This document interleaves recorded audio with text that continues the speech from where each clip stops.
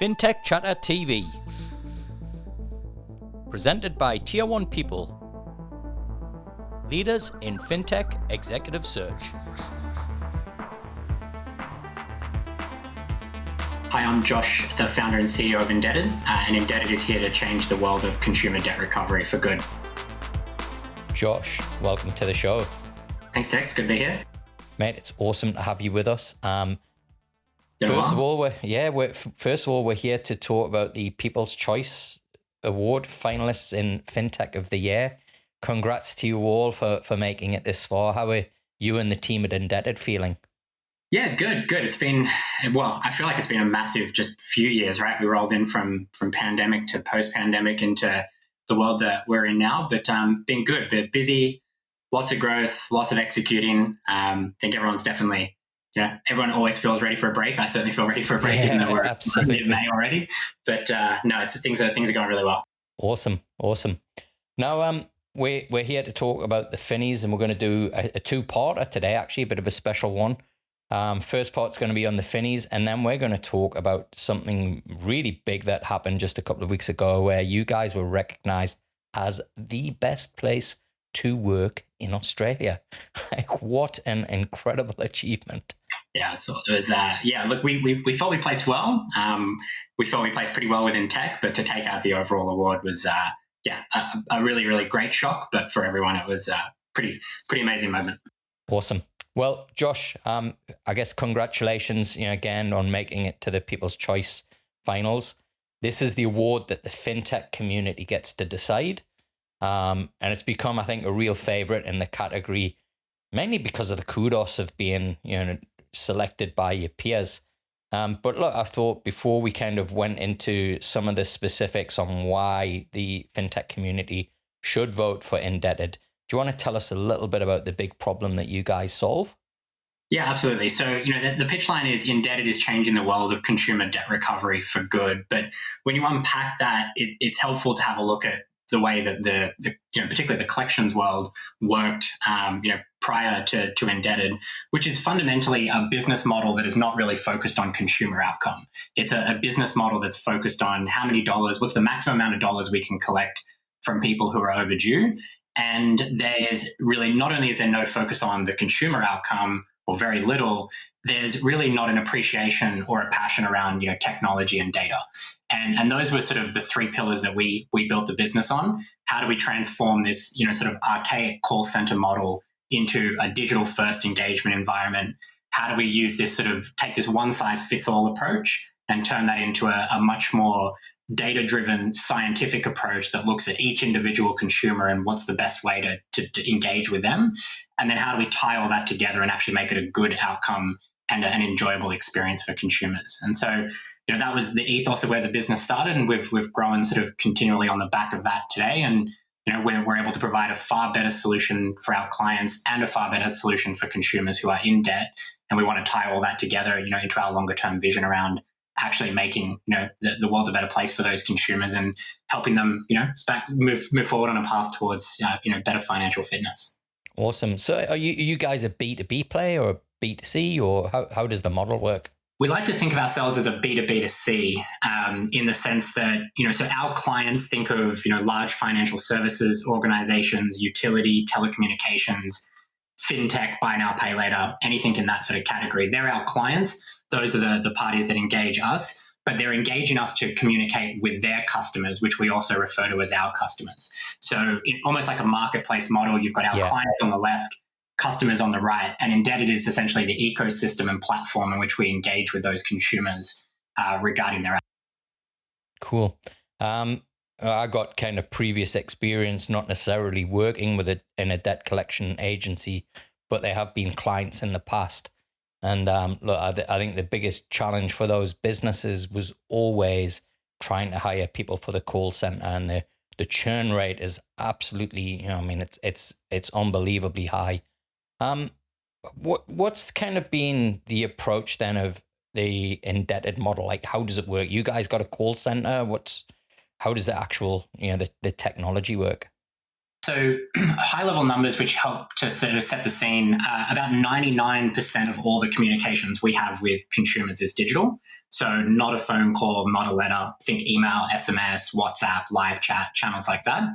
And about 92% of all the consumers that engage with us do so in a self-service format. So they use our product, our app, our website to basically rectify their accounts and deal with their situation as opposed to speaking to us.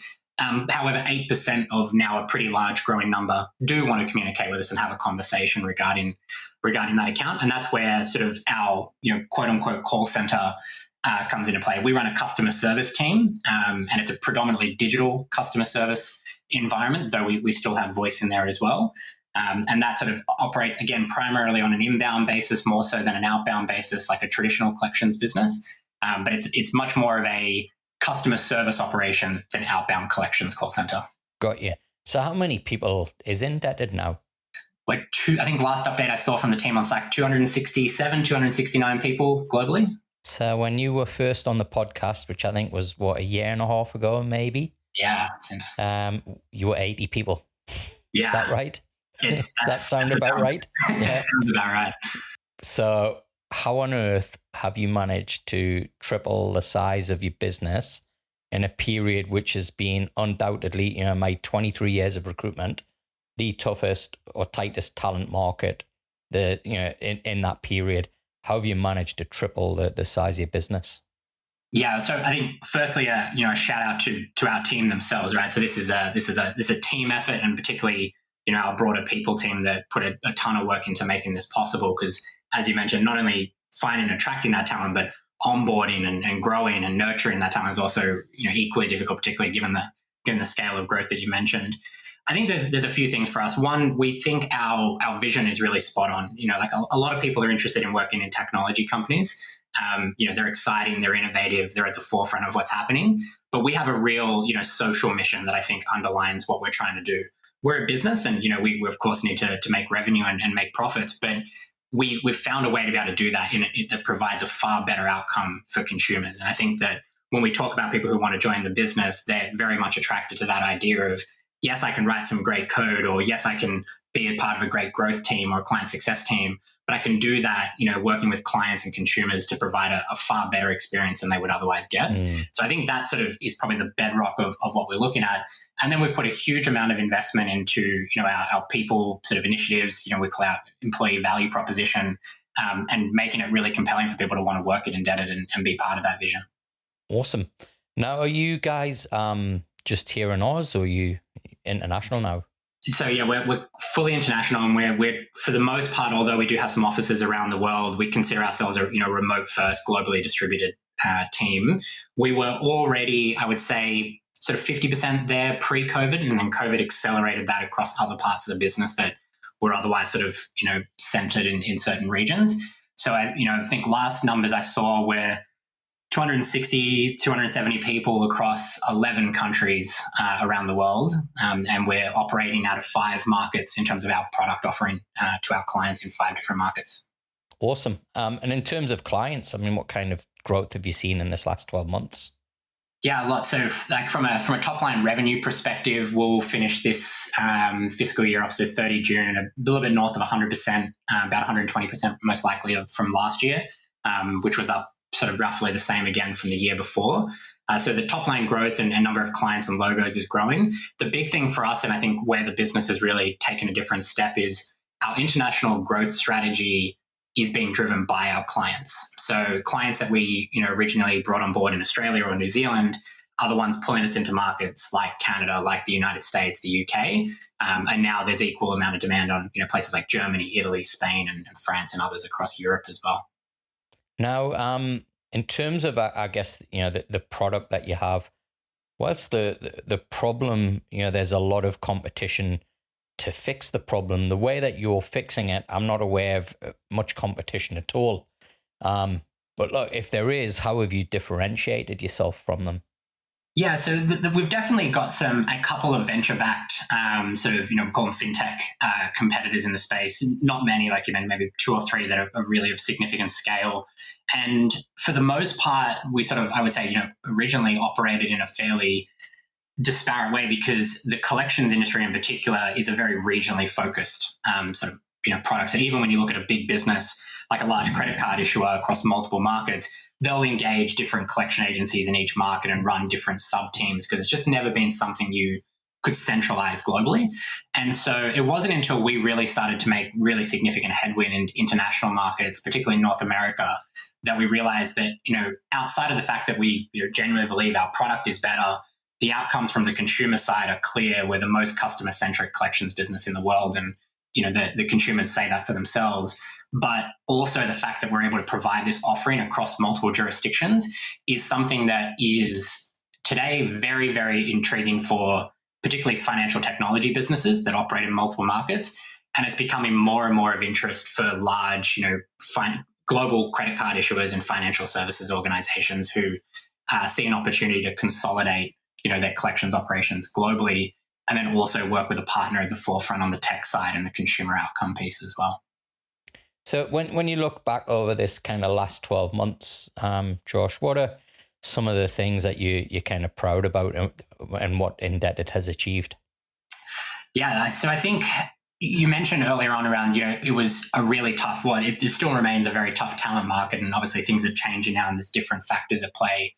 I think like the same way we approached our actual business and what we're trying to do with our product and the industry we operate in, we sort of sat back as a team and said, what's a way to approach this that's different and that's unique? And we really wanted to make sure that we weren't really competing in the same way that everyone else was for talent, because we saw that as sort of a zero-sum game, and we needed to find a way to differentiate ourselves. And that resulted in that huge investment on our EVP and making sure that what we were providing to candidates was incredibly attractive, but then actually backing it up with a culture that we've built.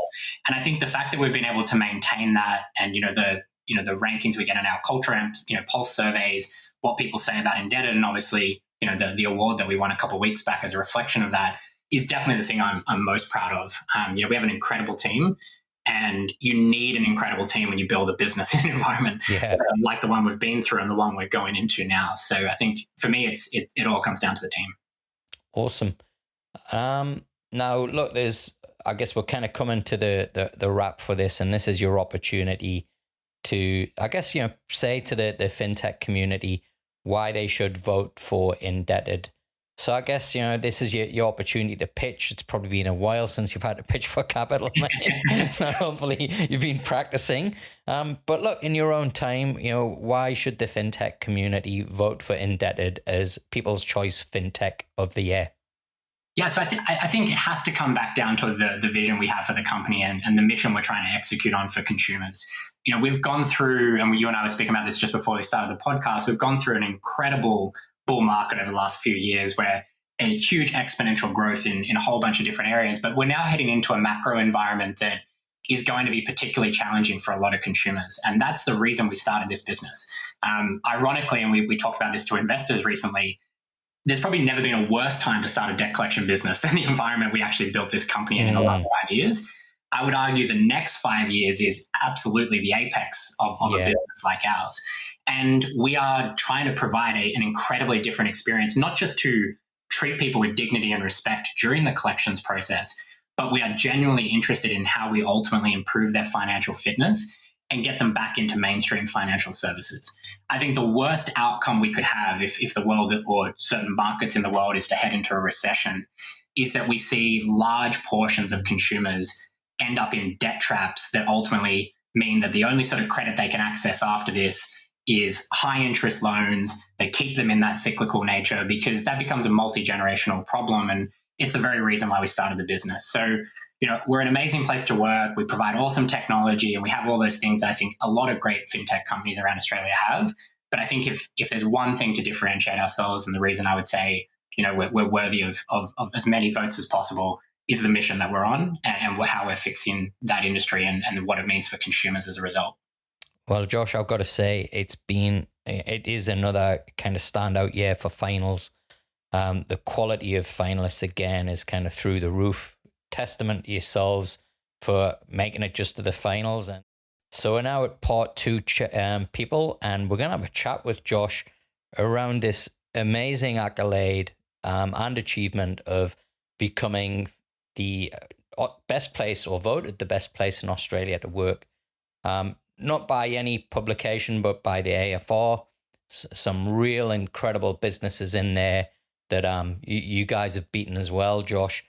Not only are we going to talk about your approach, but a lot of the things that you've talked about there, the great resignation, the shift that we're starting to see, the impact that it's going to have on the talent market. And I guess, to go in depth as well, and some of the things that you've done and a little bit more in detail, some of the initiatives that you've put in place to help you triple the size of the business in terms of workforce, but also to do it in a way in which you're being recognized for being best place to work. So you kind of touched on that earlier in the interview, that you kind of sat, the moment for it was during COVID, where you sat down with the rest of the team and figured, hey, well, if we're going to be different, we've got to be different, right? So what was the kind of first thing that you recognized when you were going through that process as to what wasn't working and what perhaps had to change? Yeah, so I think, all the normal sort of options were on the table. And I think as we looked at them in terms of, further investment in talent acquisition and, working with external providers and doing all those things, which we still continue to do today. And it's still a fundamental part of how we run our people operations. But it was hard to identify how one of those things in particular was going to be a standout differentiator and something where we could really, shake the can essentially and say, like, look, this is something that's very different. It's going to grab a lot of attention, and it's something that we can build on as a differentiator. And one of the stats that I looked at that really stood clear to me was our engineering pipeline. So for talent, and looking at how many things we want to build, how much stuff we want to get out, and the fact that we forever, like I'm sure many startups feel this, never have a full engineering team. You always have more roles available than you have talent coming in, and it seems like a never-ending process of just hiring and hiring and hiring. And I looked at that and thought, if we had all the roles filled, and we'll talk about, and I want to talk about productivity in a moment, but even if there was a productivity decrease as a result of any of these initiatives, the ultimate outcome on a reduced amount of productivity on a larger amount of team base was going to be still more output. And so that was really what sort of stood out to me, is that filling those empty roles and getting people into the business and starting to execute on our product roadmap further, irrespective of what any maybe perceived downsides could be, will still ultimately push the business forward faster than we were without those roles filled. Now, what I really like about what you've talked about there is we've got a kind of methodology around hiring, which is very much emulated by how our clients go about product development and fixing problems in their business. And that's to use first principles thinking and also design thinking around actually fixing the problems around hiring. What we found is that 50% of the time when a client comes to us, the actual problem that they have in the business can be solved without actually hiring someone. So it's kind of great to hear that you've taken that approach to go, actually, what's the real problem that we've got here? Because I think the natural inclination is that when there's a problem, automatically assume that hiring somebody fixes that problem, and it actually creates a lot more problems in the business if you get it wrong, right? 100%. So, yeah. So what was how did that then kind of filter through to, okay, we need to fill these positions? I guess the next part is, well, what does that position look like? Because oftentimes we found that the problem, it might be fixed in 3 months, and then you've hired someone and say, well, what do we do now? Yeah, absolutely. And so I think to your point, once we landed on, okay, we need to fill these roles, and that is something that's essential, we also had a quick sort of look back into the actual existing organization to just get a sense of really, where everyone was at. And there's two things that really stood out to me. One was and I certainly, I'm speaking for myself here, but I feel like a lot of people agree, is that it's been a pretty difficult last few years, right? With the world from every perspective you can think about it has been throwing a curveball almost consistently. We've been in lockdowns, we have a pandemic, and we come out of a pandemic, we have another lockdown, now we've got wars, now we've got a macro environment change. It seems to be one thing after another. And when you've got to deal with all of that external context, whilst at the same time, the craziness of building a startup and trying to scale that, it's really hard on people, and it's hard on every person in the organization. And as I looked across the business, you could see that. You could see people who are burning out, people who are tired, people who are exhausted, and not always just for reasons that are work related. Obviously, that's a contributing factor, but for the external things as well. Haven't been able to see family, haven't been able to travel, have a proper holiday, all of those sort of things. So I took that internal part and overlaid that on the external piece around their talent attraction, and also did a bit of assessment more broadly on like what I thought people sort of really cared about in terms of, not just with inside work, but outside of work. And it stood pretty clear to me that this whole work, particularly work from home environment that we're in at the time, we basically seemed to live two lives: the lives in front of our computer, which was most of the day, and the couple of hours we spent on the other side of the computer, which didn't really give people time to fill those other things in their life, whether that's family, whether it's external things, philanthropic work, whatever that may be. And so those three things ultimately led to that first core initiative for us, which was the 4-day work week. And then that was a big catalyst into a bunch of other things that we did. Yeah. With the 4-day work week, how's that impacted productivity? Yeah, so for us, it's been good. And I think I'd like to preface this with, because I think when people grab the headlines, they think like, okay, Josh is all for 4-day work week and the whole world should roll it out and it's the best thing for everybody. That's definitely not my position. I do think the world is moving much more in that direction. Absolutely. However, I think it's about understanding those sort of core, like you mentioned, rationale for your business and what you're trying to solve. So for us, I entered it with that perspective of, let's assume simple math is a 20% decrease in productivity. If we get an X% increase in talent into the business and retain that talent, then it'll be a net positive for the organization.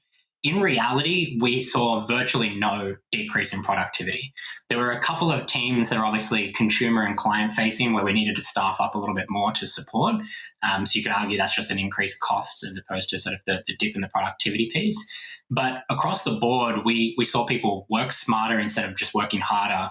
And I think because of our goal setting processes and the OKRs and things that we'd set prior to that, we were able to sort of balance the two things, which is Indebted still wants to achieve the goals that we've all set and our teams want to achieve the goals that they've set.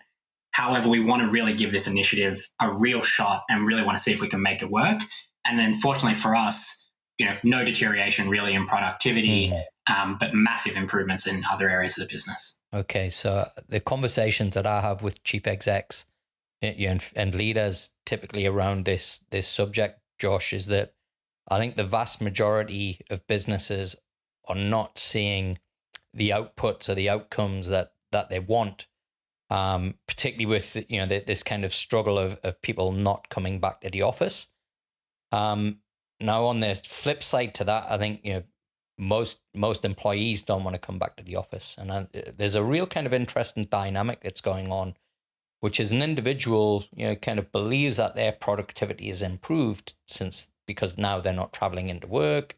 As you said, they can work smarter. They've got more free time. They're a bit more relaxed when they are doing work. Their output, they feel, is increased.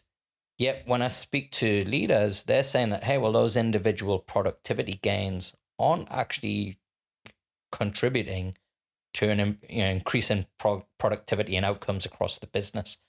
What is it that you think could potentially be the issue there, or the problem, or the thing that's not quite kind of happening if you're getting these great outcomes and yet you're able to work fully remote? Yeah, so I think, to your point, you mentioned sort of that, I guess, that discrepancy almost between output and outcome. And I think ultimately you need to be an outcomes driven organization. And I think and there are exceptions, of course, I understand, particularly in very sort of process orientated roles where it's very much about sort of the productivity output, et cetera. But I think fundamentally, as an organization looks about the outcomes that it's going to drive and tries to decouple them specifically from the output of the amount of time that's needed. For me to deliver on my outcomes for the business, like, of course, there are weeks where it's not about whether it's 4 days, it's whether it's 7 days and whether it's 24 hours a day. 24/7. Right? And so if that's what it takes to push the business forward and to help my team and to deliver on the things we have to do, I have to suck that up and I have to do that. But how do I also balance that when there are times where you're hitting your numbers and things are going well and everything's great? And it's like, why do I need to create more time for myself? Why can't you have that extra time? And so I think driving towards the outcome and trying to balance those things, and particularly remove the distractions and the things that sit on the peripheral, are definitely key to that. Mm. Um, the whole remote working thing, I think I've seen some really interesting, again, kind of compiling data on this and interviewing people. I think it would be not inaccurate to say that businesses that have started in the last 3 to 5 years it's been much easier for them to embrace fully remote than an established organization. I think there's a few reasons why. Is that one, kind of work practices haven't, you're at a point where you really don't have, kind of enterprise wide, kind of infrastructure and all of those things from a technology perspective. So you can change pretty quickly. Um, but also, I think the other thing is that a lot of businesses have hired people, and we've seen this in 2020 where there were star performers in a business who, as soon as we went to work from home, just crumbled and they couldn't deliver sitting from their bedroom. They needed to be in an environment that was around people. What have you looked for when you're now hiring to identify people who have the attributes and the behaviors and the skills that are required to be able to deliver outcomes when you're sat isolated in your bedroom and you can't just go to the water cooler and have a bit of conversation with someone, or get that energy from going into the office and kind of getting pumped up? Yeah, definitely. So I think there's two ways I look at it. So one is in terms of the actual, like you said, when we're sort of bringing on new talent to the business, how do we sort of filter and sort of almost identify sort of almost an aptitude towards working not only remotely, but in many cases asynchronously as well, because we have a bunch of time zone elements to factor in. I think one of the key parts of it is, of course, making sure that that person can still be successful in their role, not only be it remotely, but also potentially in a completely different time zone. So, for example, we've set up engineering teams both in Europe and in the United States. Now, to do that, you need to also make sure that you still have engineering leadership in those areas that can grow and nurture those teams and help people and be there to support. You can't just hire a single individual contributor, say in Texas, and hope that they're just going to be able to pick up and make everything work with the team with a 2 or 3 hour overlap with Australia. However, if you can build a small team there with a leader who can give that guidance, I think that's a key part to it. The other thing is, obviously, when people read about Indebted, it's obviously one of the key things that's front and center. So I think we naturally attract a certain sort of aptitude of person who really wants to be involved in that way. And the other part is also just being upfront with candidates. Like when you onboard and you're going through that process, it's still something we're trying to make better and better over time, and it's never going to be perfect. But there is that investment in getting across the tools, working out how you remain connected, being involved in the extracurricular remote activities like the team bonding events and meeting the leadership team and things like that are important in order to be able to get a broader context across the business. And also then I think from a leadership team perspective, myself and others communicating much more frequently, and this is still something we need to do better at, is communicating more frequently across the broader team so everyone's aware of what we're doing and why we're doing it. The other part I think is important is recognizing that you do still need in-person time. Like you mentioned that some people really thrive in that sort of environment. We still catch up in both smaller teams and larger teams frequently in different parts of the world. And when I was able to get back on a plane and fly overseas and see some of the team, that was incredible. It's certainly something I missed during the pandemic. But I think the notion of doing that 5 days a week in one centralized part of the world is just not something our organization would ever go back to. I want to go into a little bit more detail about the recruitment process. And there's something that you said there, which I think is really important. You talked about being honest with people in the interview process. I don't think that there's ever intentionally, or very rarely is there kind of, an intentional misrepresentation or misleading. But I think oftentimes the language that's used creates a lot of kind of gray area. And, I think to give some examples, if you turn around to a candidate and say, hey, it's a really challenging environment here, I've never met anybody who will turn around and say, oh, I don't like a challenge. But it's the kind of level of the challenge, right? And that kind of context around, well, what actually is the challenge? Or the other one might be, hey, we're looking for people who want to make a difference. Well, of course, it's like everybody wants to make a difference, but what are you prepared to sacrifice in order to make that difference? How have you kind of gone about, and what kind of language do you use, and questions do you ask people to really be able to drill down, and kind of cut through the kind of fascia of, what somebody might think their environment's like, whether they're going to be sitting on bean bags, drinking kombucha, dreaming up how they're going to solve world hunger with a blockchain, or whether this is seriously hard work and you're going to be challenged in ways you've never been challenged before. Yeah, it's a good question. I think it certainly varies from team to team and from role to role, but there's certainly a few consistencies. I think there's obviously the assessment on the aptitude for the skills that we're looking for, right? So whether it's for an engineer or a product manager or a salesperson, there'll be particular things that you need to look for. But there's also, and this is something we do across all the teams, is that there is that sort of, I don't like to call it culture fit, but culture add assessment that we look at, which is how do we think this person will contribute and add to the culture that we're trying to build at Indebted, and look for ways to improve that, and also during that identify ways or areas where we think, and we need to sort of openly raise with people like that may be a challenge, for you to operate in this particular environment, like you said. And the big one I have found is, to your point earlier, people coming from working in a sort of predominantly sort of office-based environment to working in a remote first business. And even though there'll be the attractive parts of it, well, I get more time at home, I get more time with my family, less time commuting, all those things you mentioned, you've also got to recognize it's like, okay, well, what happens when it's, midday in the UK and I need something from Josh and he's fast asleep in Sydney? Like, that doesn't necessarily help. And so understanding how we, both communicate, how we use the tooling and all of those things is key. But I think it's about trying to give the candidate as clear of a picture of like, what does day-to-day life look like? What are the things that we're trying to solve?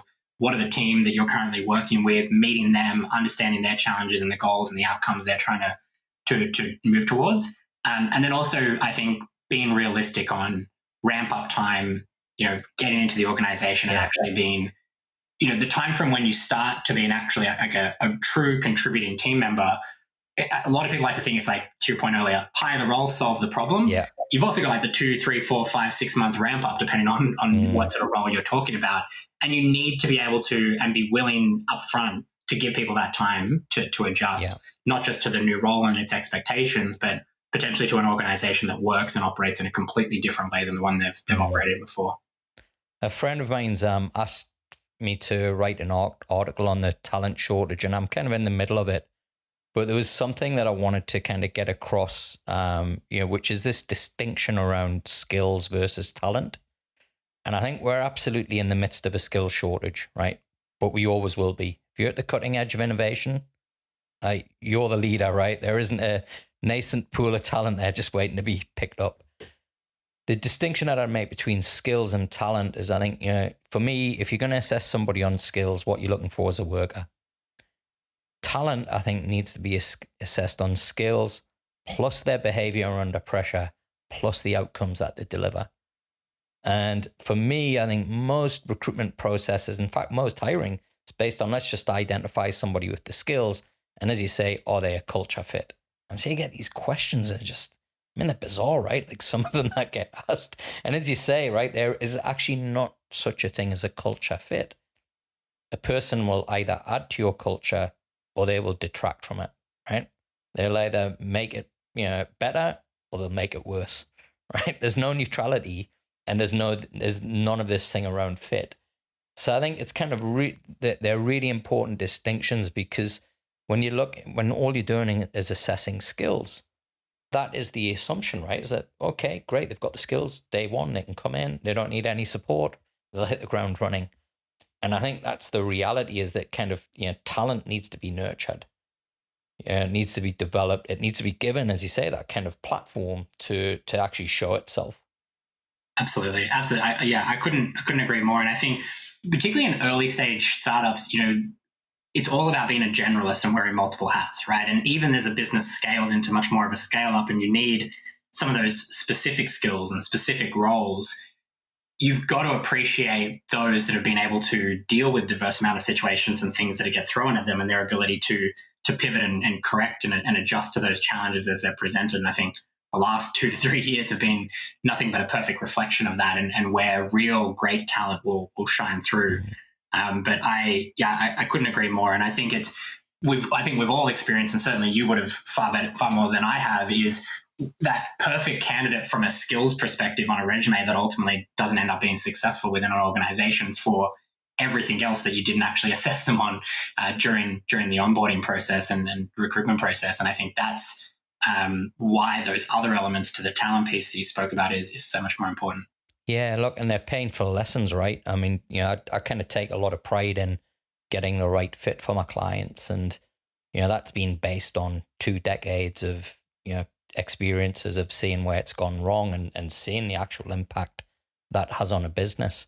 So I think it's mission critical that, anybody who's hiring goes through and takes the time that you've taken, right? And treats this as this isn't just a 30-day process of, hey, let's put a job spec together, let's advertise, let's do some interviews, great, hired. This is actually, a process we go through, Josh, is let's talk about the next 2 years, right?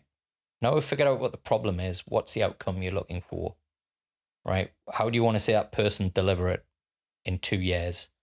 The 18 months, what do you want to see? 12 months, what do you want to see? 6 months, what do you want to see? 3 months, what's the expectation? First 30 days, what does that look like? And you get that clarity. And what we've found is that oftentimes, we call it the search for the blue-eyed unicorn. You require 3 different people, completely different skill sets, to get you to each stage of that, or each of those phases.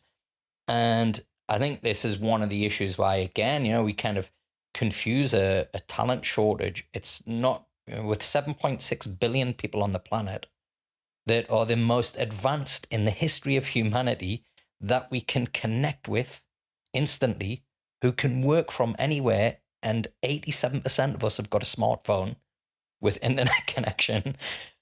I cannot accept, that there's a talent shortage. And I think what, is a great example of, what you're sharing is the thinking went from, how do we overcome the talent shortage to almost like, we're in a different environment. How do we leverage the, talent? How do we access the best people? How do we provide an environment that best people want to work in? How can we help people do their best work? Like, these are questions that, very seldom do I see founders asking. It's almost like, I kind of go back to, the 1920s, 1930s, when you'd see these pictures of, kind of queues of people wanting a job, and they'd all have a resume in their hand, and the queues like about 5 miles long. This was the Great Depression, right? Where people were literally starving and there was no work and they were desperate for jobs. And these recruitment process and methodology that most businesses are still using today was developed then to handle that mass kind of recruitment, right?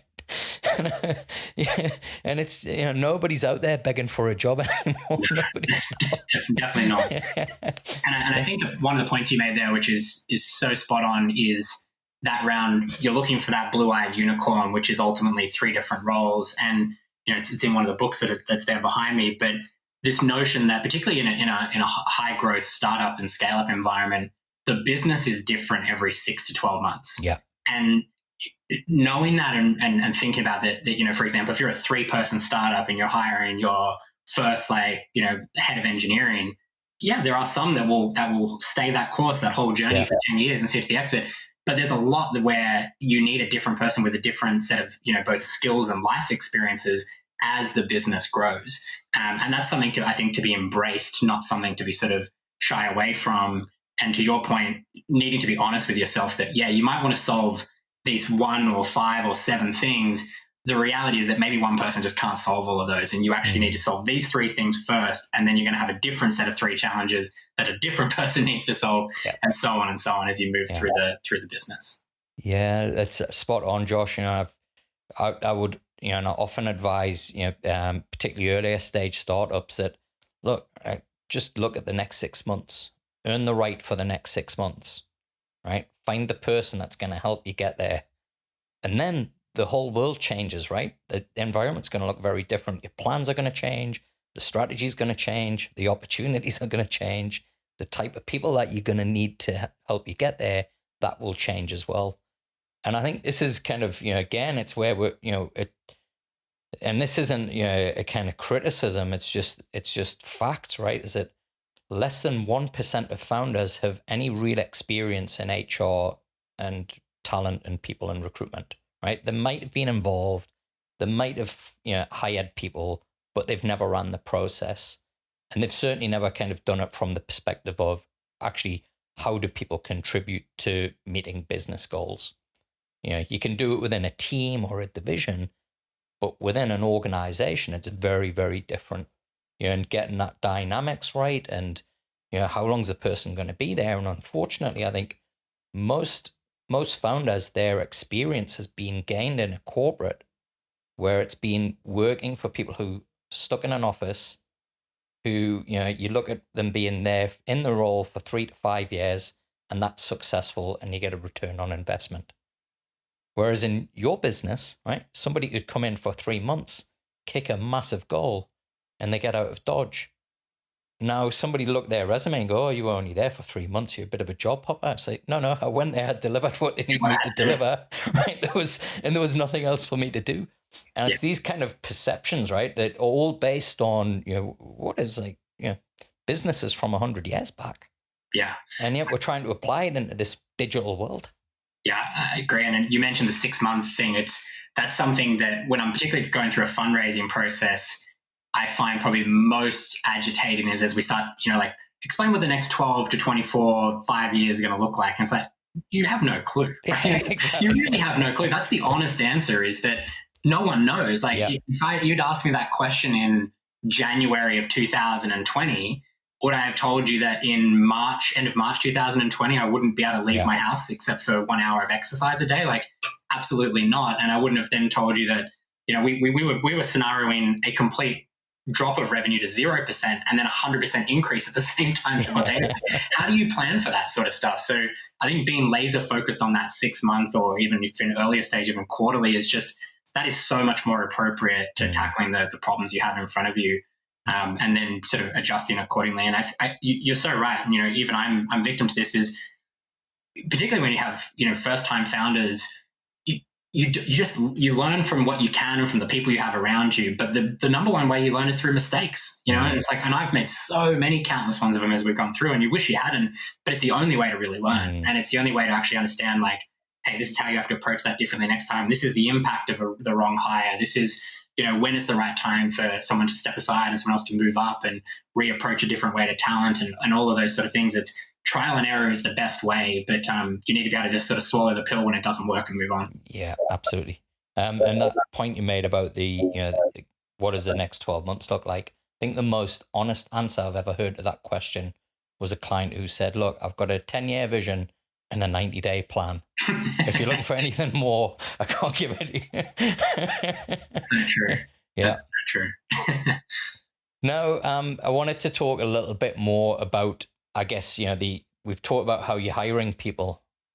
Yeah, it's another thing retaining them. And we've kind of touched on this a bit, which is, the business is moving that fast. Not everybody's going to be with you for the whole journey.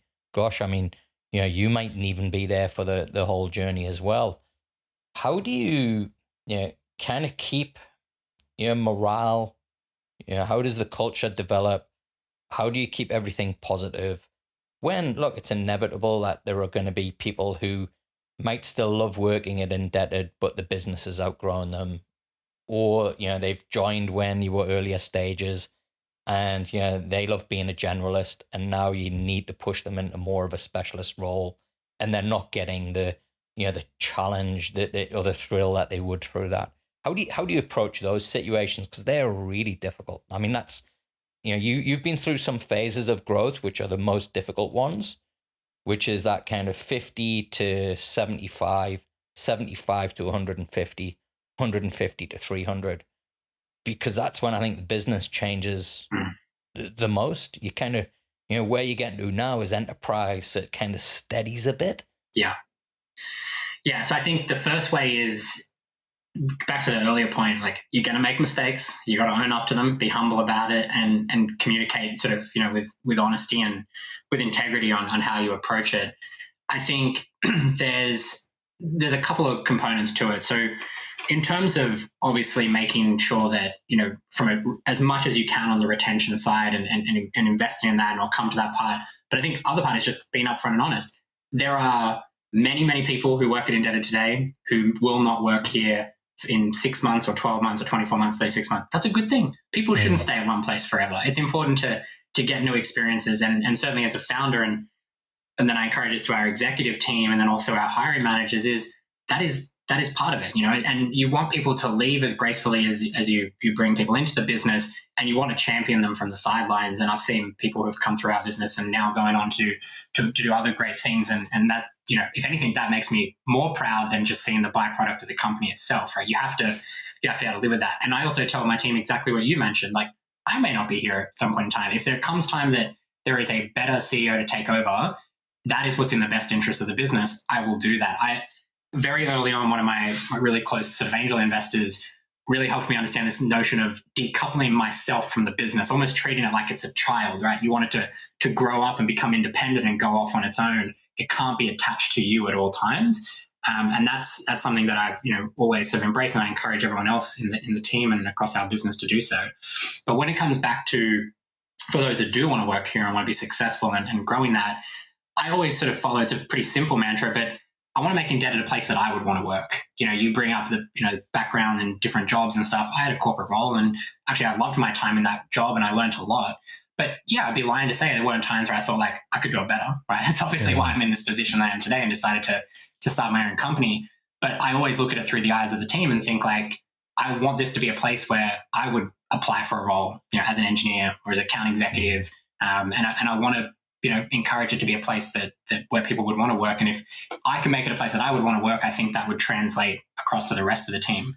And then I think that manifests itself in the initiatives that we do. So, we get a lot of focus on the 4-day work week, the flexible leave, the remote working stipend, and a bunch of other things. But I think they are more the byproducts of ingesting the data, interrogating it, putting out things, rinse and repeat, understanding what's working, what's not working, and moving forward. And using our sort of pulse surveys is the best way that we do that. So asking people around, how proud are they to work at Indebted, and do they recommend it as a great place to work, and do they see themselves working here in 2 years' time? Having that barometer of data based on the things that we're doing and how the business is operating gives us a good indication. Like, we're going in the right direction, let's follow that path, or this isn't working, and that's okay. Let's understand from that, pivot course and try and correct some of those things. And that's sort of why we have the things we have today, rather than putting something like the 4-day work week in and hoping it's just going to fix everything. That wasn't where we came from.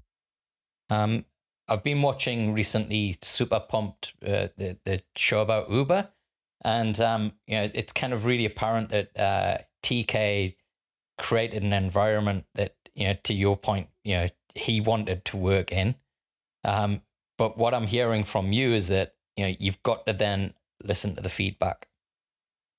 Yeah. You have to. And I think you also have to respect just how crazy this sort of environment is. It's and I keep going back to the last couple of years because it has just been a whirlwind. When you even mentioned last time we were there, it was 80 people. I don't even know how nearly another 200 people have joined the business since then. It's just been an absolutely crazy journey, but it's like that inside the vast majority of every single startup you talk to. And it's hard for people who haven't been in that environment or around that environment to respect just what sort of toll that takes on people. And you need to be able to, be receptive of that feedback. I was looking at this business a couple of weeks back, and one of the bits of feedback that one of the executive team members mentioned to me when I asked around culture and what's your assessment on the culture that you have, and like, we don't run any surveys. And I said, oh, well, why is that? And they said, well, we get a lot of people who complain and whatever else. And I was like, so, well, the answer is you don't like the data that's coming back from the survey, so you don't want to ask the survey to deal with the reality. I think there's no way to get better from that, right? If the data's bad, and we make mistakes all the time. Data's bad, you have to learn from it, adjust it, explain why, and move forward. I don't think anybody's perfect, and anyone coming into an organization expecting it to look like it does on the pitch deck is in for a rude awakening, because there's what you see from the outside and the amount of grunt work that happens inside to make that look that way. But I just think you have to be able to, learn from the data, adjust, take the punches when they come, and run with the successes when they're there, and follow behind them. Great. Now, before we wrap up, Josh, I do have one last thing it's actually the most burning thing that I've wanted to ask you.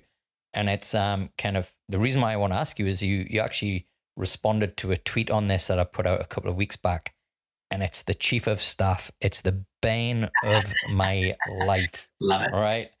And why I'm against, and it's not the people, it's against what I've got a big problem with is that it's a role that isn't defined, right? Most instances where I see it literally the mandate is to do the shit that I don't want to do and that I don't want to deal with. So just like you said with that survey, and the feedback's coming back, and nobody wants to deal with it. And it seems like the chief of staff is given that mandate to deal with that, but then doesn't have the kind of ultimate authority to then action on it, which, to me, you're setting up somebody to fail, right?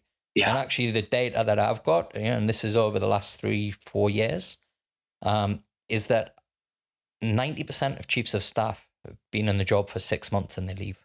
Interesting. Yeah. Yeah.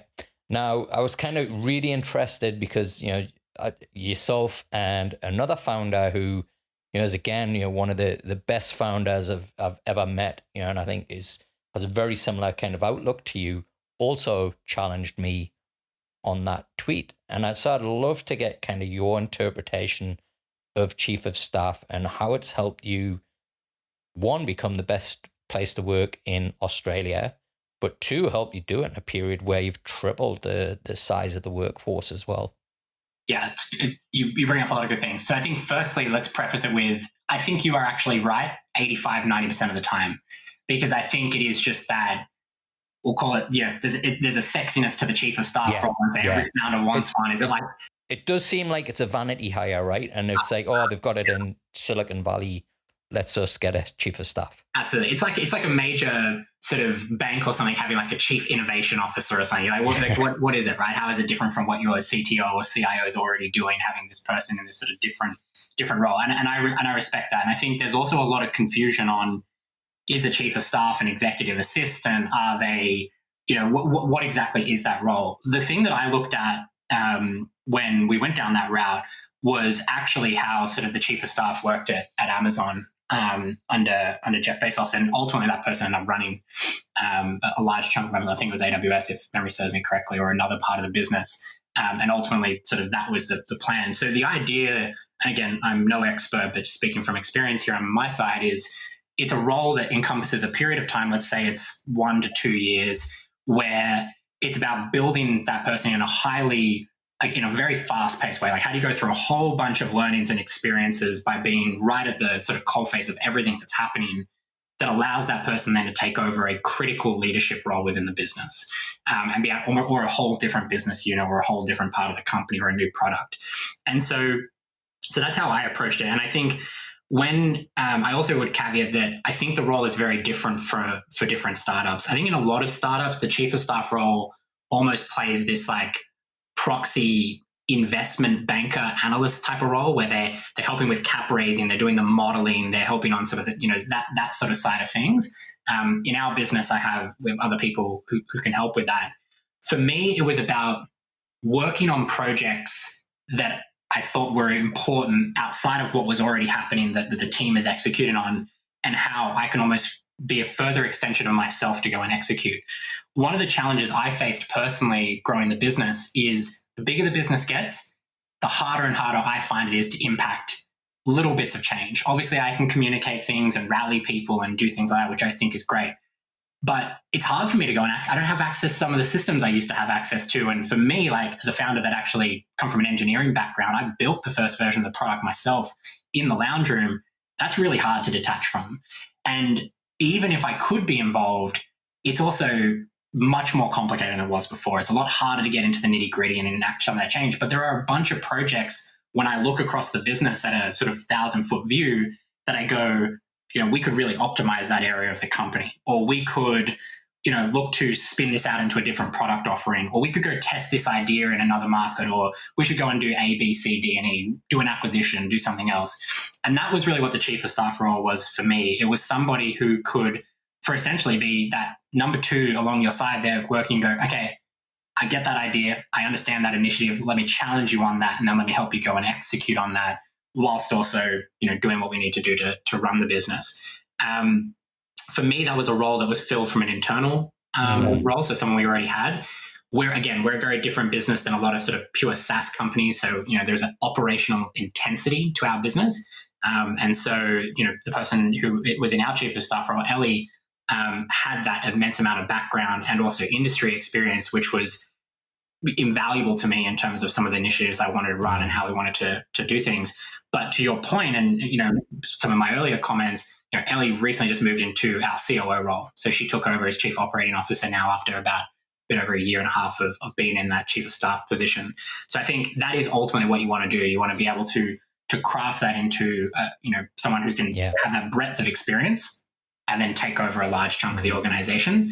But look, I certainly agree with you on 85% of the time. It's a bit of a vanity role people love to hire for. I think one of the other kind of mistakes that I see happen a lot as well is that early stage startups, they'll meet with somebody who they think is fantastic. There's kind of a mutual love affair there, but it's actually not the right time to join the business. And so they create this chief of staff position for them. And again, I think the difficulty with that is somebody externally coming into it who's then basically the chief exec's kind of right-hand person. It's very difficult for somebody new to then be able to influence. You got to spend 6 months building trust with people, and they're going to test you, and they're going to think, hey, well, this person really got what it takes. So I absolutely agree with you. I think the choosing the internal option and having that intent as to, hey, this is a person that we want to develop, we want to nurture, we want to give them broader experience, but we know that we're going to set them up for success in this position. I think that's when it works. Yeah, absolutely. And you have to, it has to be introspective in terms of like, what are your skill sets and where can you add value the most as the CEO or the founder or whatever role it is that you hold in the business, and how can that person not only just be an extension of that, but be complementary to that. And I think that is exactly the relationship that I had, with Ellie, which is our chief of staff, and continue to now as a COO. But it's about finding that right balance. And me particularly as the sort of eccentric founder you see is like, I want to go in, I want to enact change, I want to do something, but it's hard to do that and enact that across an organization of 270 people, or even if it's within a sub part of the business of like 60 or 70. There's operational rigor and there's ways that things that need to be done. And that's where my relationship worked really well with Ellie in that case. But I think it'd be different for other founders. I've met some founders that aren't great at fundraising, or they aren't great at selling. And so that chief of staff role maybe becomes that sort of complement on that side. But I agree with you. It's not one of those things that you should sort of sit down and go, first hire, third hire, I need a chief of staff, and this is why. I think it's something that, only really sort of started to hit the radar for me as a role to consider 4.5 years into the journey. Yeah. Awesome. Well, Josh, it has been absolutely incredible to talk with you about the journey and the things that you've done to, be quite rightly accoladed with the best place to work in Australia. I can't quite believe that I'm saying those words to you. It sounds pretty amazing, right? Folks, we are talking about the best place to work in Australia, not the best tech company, not the best the best company to work with in Australia. Mate, what an accolade that is. I appreciate it, man. And yeah, likewise, it's equally crazy to hear it as well. But immensely proud of it, and it's really, again, it's a reflection of our team, and it's not a solo effort by any means at all. Well, Josh, some seriously talented people listen to this show. If they're interested in working at the best place to work in Australia, how can they get in touch, or where do they need to go? Yeah, so definitely jump on our careers page, and all the roles are up there. Or otherwise, feel free to reach out and connect on LinkedIn. I think some of the best introductions and best hires we've ever made have come from sort of cold outreach, building a relationship over a 3, 6, 9 month period, and then, like you said, when the organization's ready and certain roles create, you have that sort of connection with people that you know that are great to work with on that part. Fantastic, Josh. Great to have you on the show. Thanks, Dexter. It was great. Thanks for having me. Great. And you can connect with me on LinkedIn and Twitter as Dexter Cousins. Please help support businesses like Indebted and get the word out there on great founders by giving us a subscribe and a like. In 2022, I'm committed to showcasing Australia's very best fintechs on the channel. So help us to spread the good word and show your support. Until the next episode, keep safe. Fintech Chatter TV. Presented by Tier 1 People. Leaders in Fintech Executive Search.